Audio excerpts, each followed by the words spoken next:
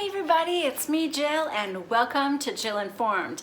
This is the recap of The Real Housewives of Orange County, Season 13, Episode 5, Orange County Hold'em. Okay, before we begin, I just want to give a quick shout out to Celia who did my hair today. She highlighted and curled it and did all kinds of fun, beautiful stuff. And if you like my hair today, that's all on Celia. So shouting out to you, girl. Mwah, mwah, mwah. Thank you so much. Also, one more quick note. I'm also going to continue with the plan of reading a viewer's question or comment at the end of the video.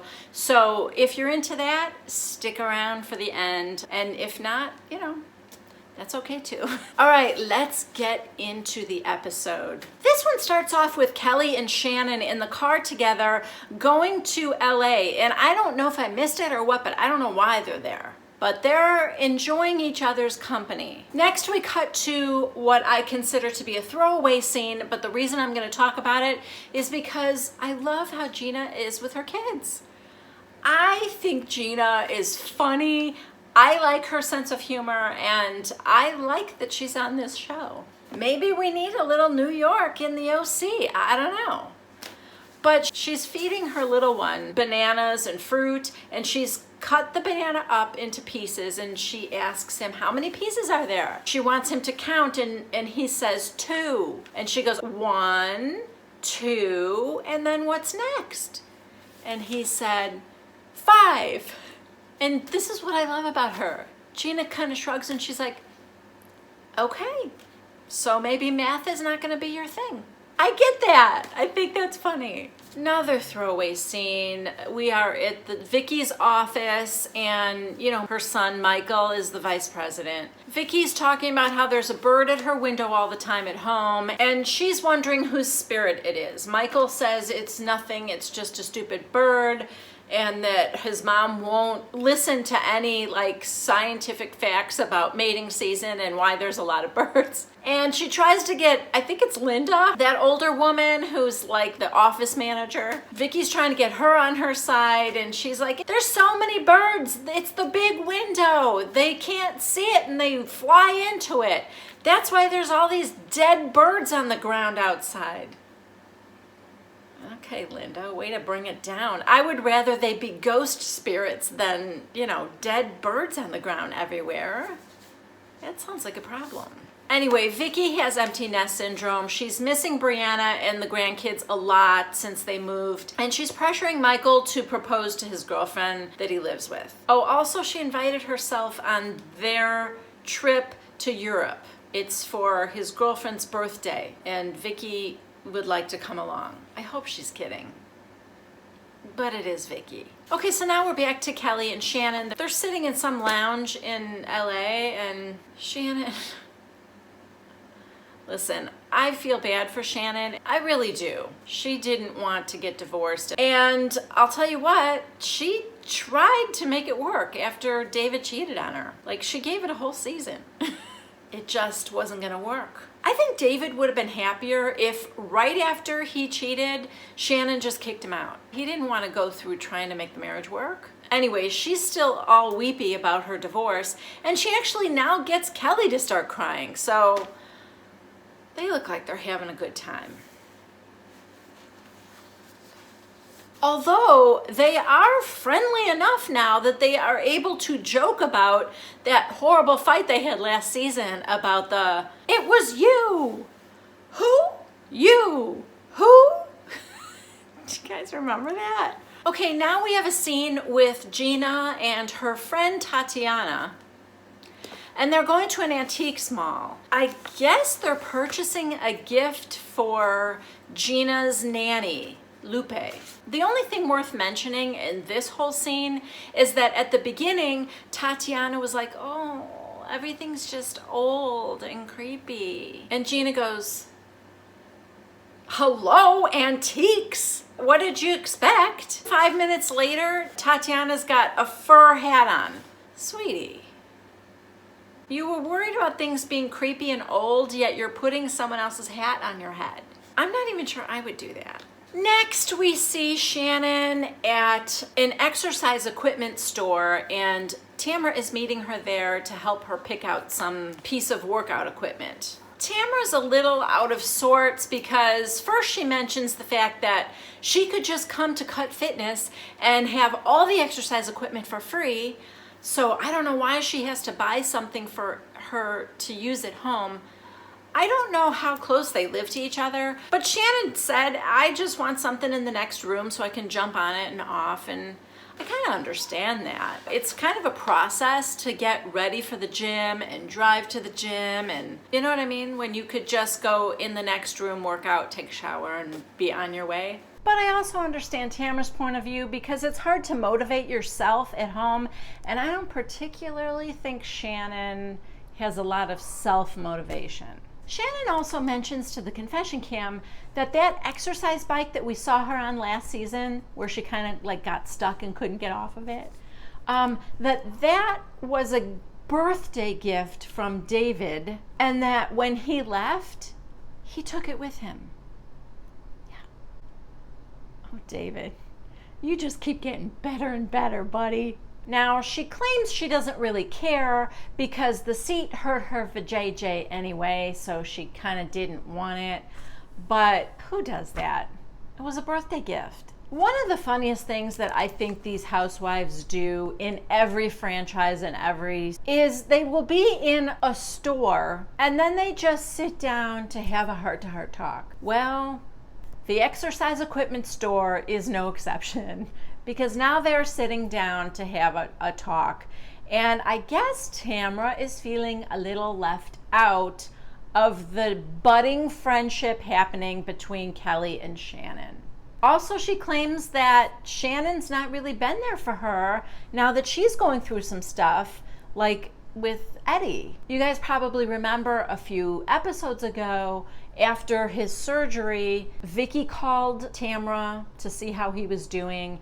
And then Tamra mentioned to Ryan, well, Shannon didn't even call.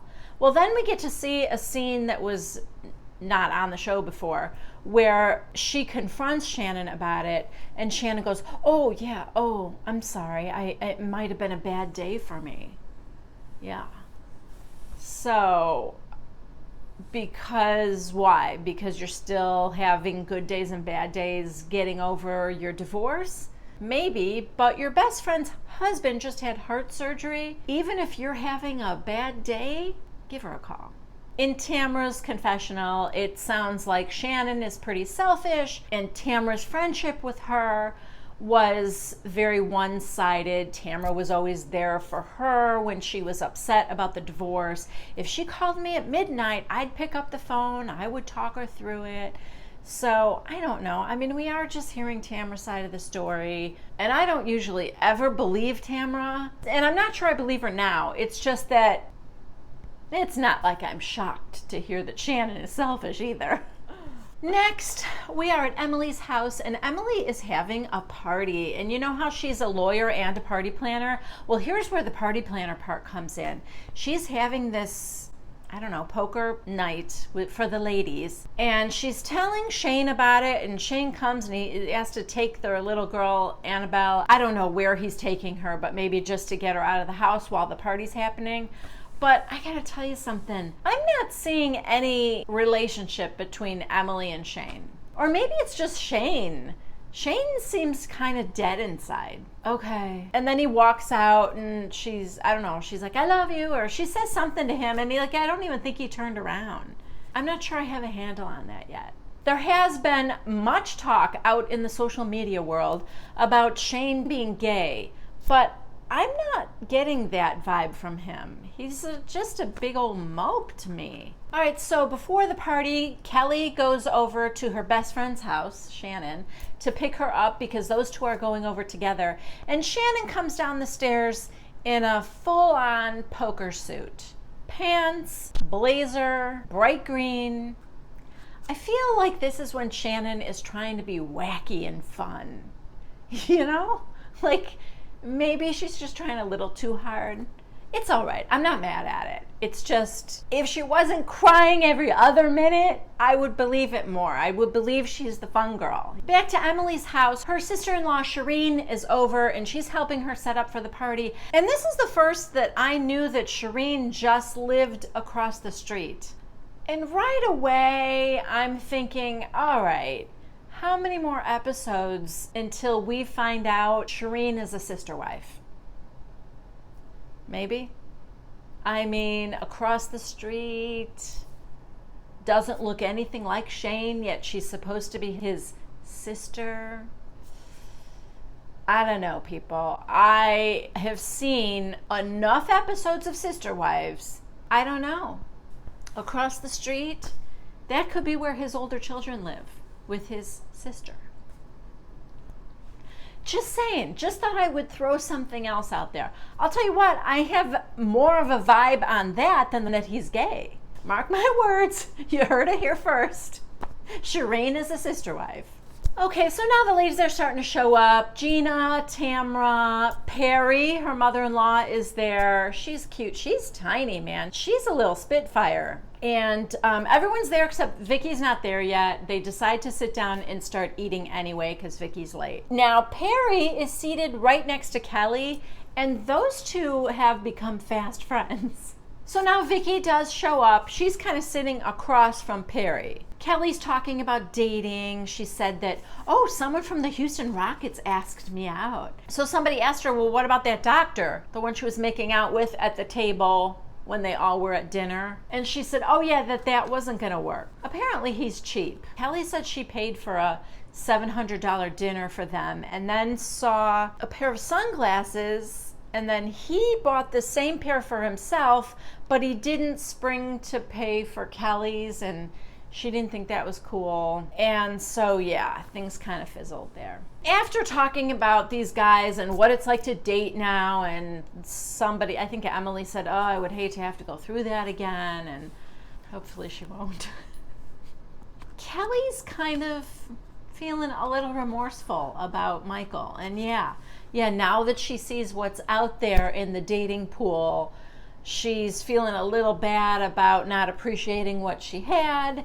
And I guess she kind of misses Michael. So the mother-in-law, Perry, says to her, get back together with him. And she's like, no, we tried that already. And she's like, well, is he seeing anybody else?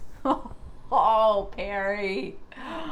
Kelly said, yeah, she fixed her up with somebody. Perry goes, she did? Kelly's like, yeah. Vicky looks at Kelly and goes, do you really want to go there?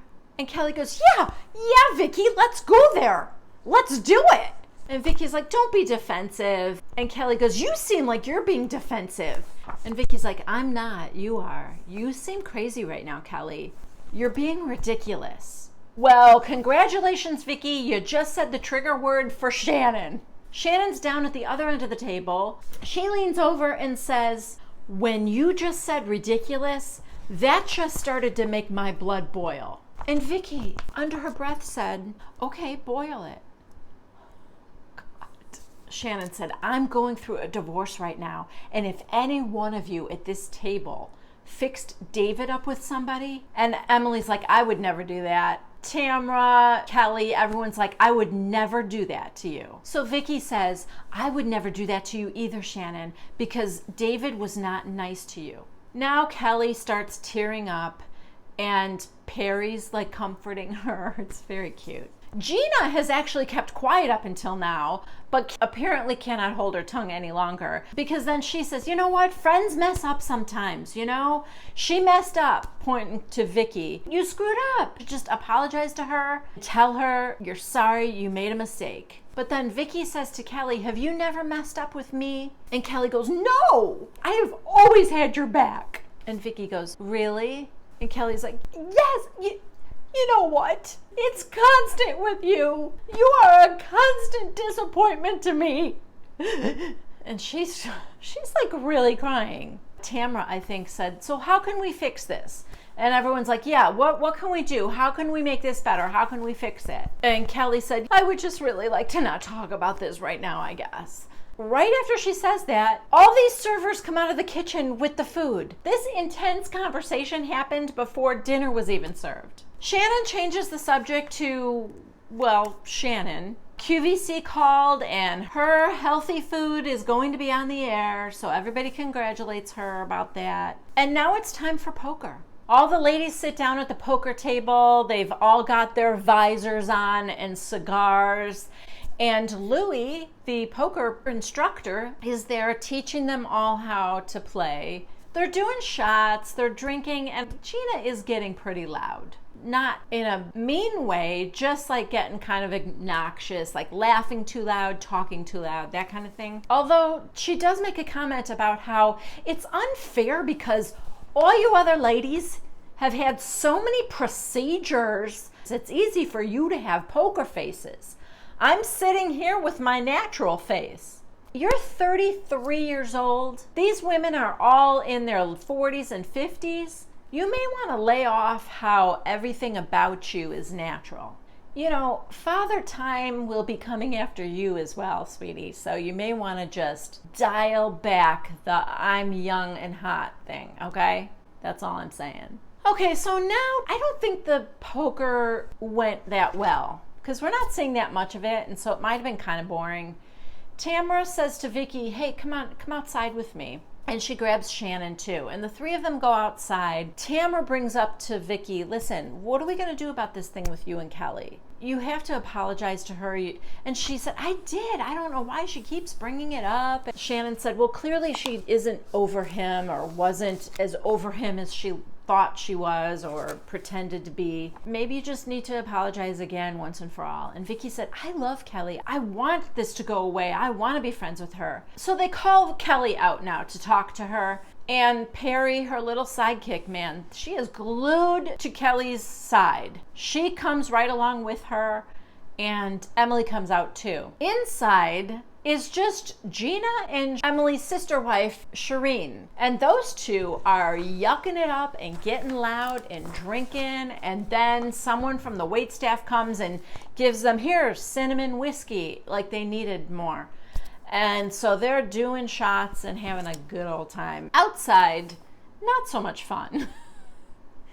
Vicky apologizes again, and Kelly said, you know what, I just want you to have my back the way I've had your back. And Vicky's like, I do have your back.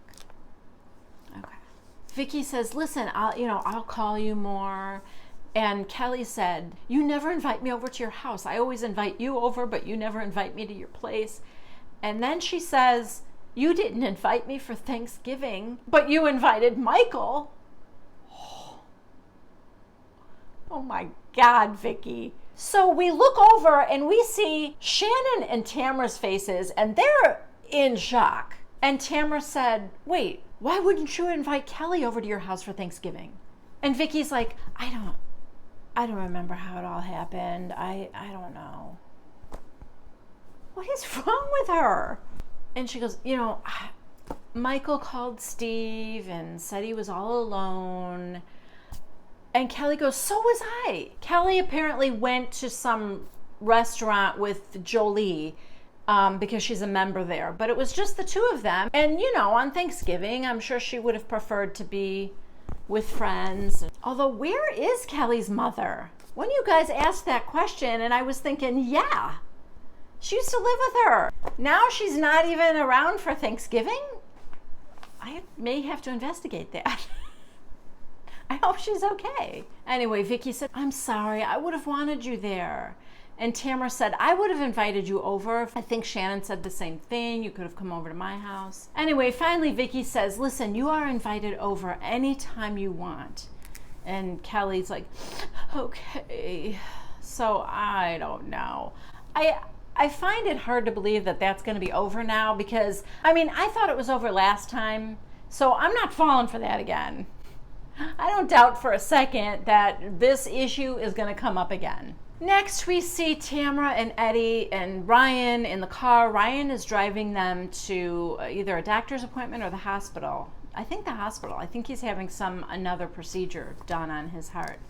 God, I hate this storyline, but I also just feel really bad for her. We cut back to Emily's house. This is the day after the party, and Shane and Emily are talking about the party, specifically about Gina. I guess she was the last to leave the party, and Shane thought she was loud and obnoxious, and he just like all around finds her unappealing. I guess Annabelle, Emily's 5-year-old, was still awake, and Shane was with her upstairs, and they could hear everything.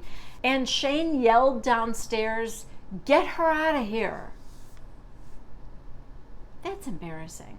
If you look at the timestamp, it looks like it was only about 10:30 or something. It's not like it's 3 in the morning. Anyway, Emily's like, well, oh, she's from New York. And Shane's like, what does that have to do with anything? And she said, well, she did apologize. She texted me this morning and she said she was sorry. And she has small children.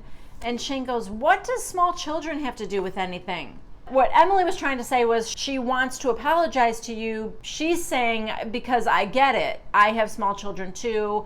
I know I was being loud and I know what that's like when you can't get them to sleep. Or I think that's what she meant. And Shane's like, she uses foul language. She was loud and appeared to be drunk. Well, I guess that just ruined Gina's chances of being the third sister wife. Because Shane is not into it, man.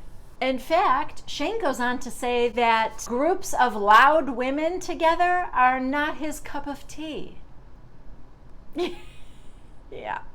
Then he says, particularly loud, cackling older women.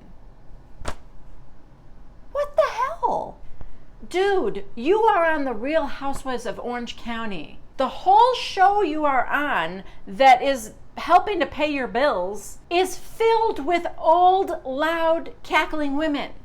You better think about where your bread is buttered, my friend. And, you know, I realize this is overgeneralizing, but I think gay guys like loud women having a good time. Okay, so now we're going to end the show again on a downer. Thank you, Bravo. You got to figure this out, man. We cannot end with the Eddie story. Anyway, we see them getting back in the car. It's been 4 hours, and Ryan said, so how did it go?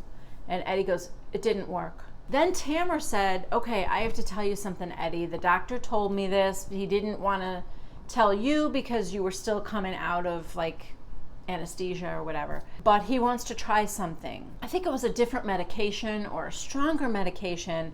But the deal is you have to be in the hospital for 4 days while you're taking this because they need to monitor you super close. And I don't want you to be scared, she says to him, but sometimes it can cause a heart attack. Okay.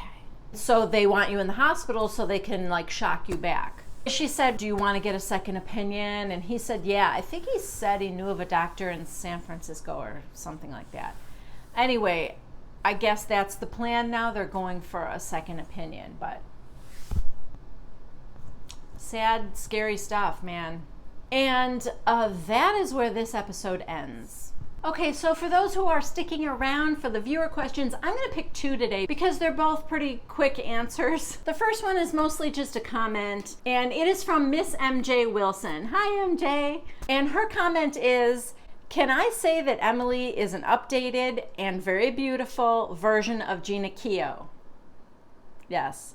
Not saying Gina's unattractive. And her voice reminds me of Gina's. Yes, I think a lot of people think that. I thought it too. She does kind of remind me of Gina Keogh. You're right. And then she says, Gina from Long Island is cracking me up with her realness.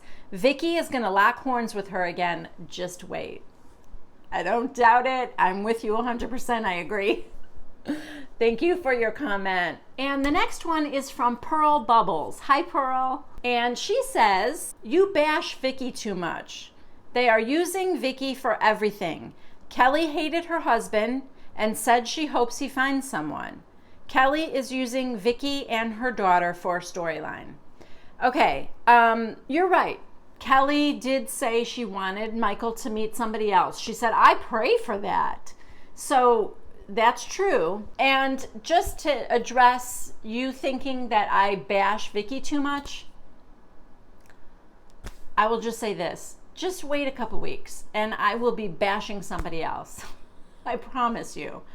It literally goes week to week for me. This is hard for me to explain, but I love the Housewives shows. I get a huge amount of joy and entertainment from them. That's why I recap them. I think it's funny. I think they're funny to talk about. I think they're funny to make fun of. And yes, along the way, I get frustrated by them. I pick sides. I'm team Carol one week. I'm team Bethany the next. And it just has to do with what I've seen in the episode. To be honest, what Bravo is showing me. I know I'm being spoon-fed certain things. But so right now, if it seems like I'm really bashing Vicky, it's because Vicky is irritating me a lot right now. She's making decisions I wouldn't have made. And so, yeah, if that seems like I'm bashing her, I am. If it feels like it's too much to you, I'm sorry about that. But I will just say stick around because it is not always going to be that way. Trust me. I will be bashing Kelly before long, I'm sure. Anyway, that's it. Thank you, ladies, so much for your comments. I love talking with you guys, so keep them coming. As always, if you haven't yet subscribed to Jill Informed, please do so and give this video a thumbs up if you liked it. And of course, keep the questions and comments coming if you want a chance to have yours read on the air. All right, thank you so much. I hope you join me next Monday at 1 p.m. Central Time for the next recap of The Real Housewives of Orange County. Bye-bye.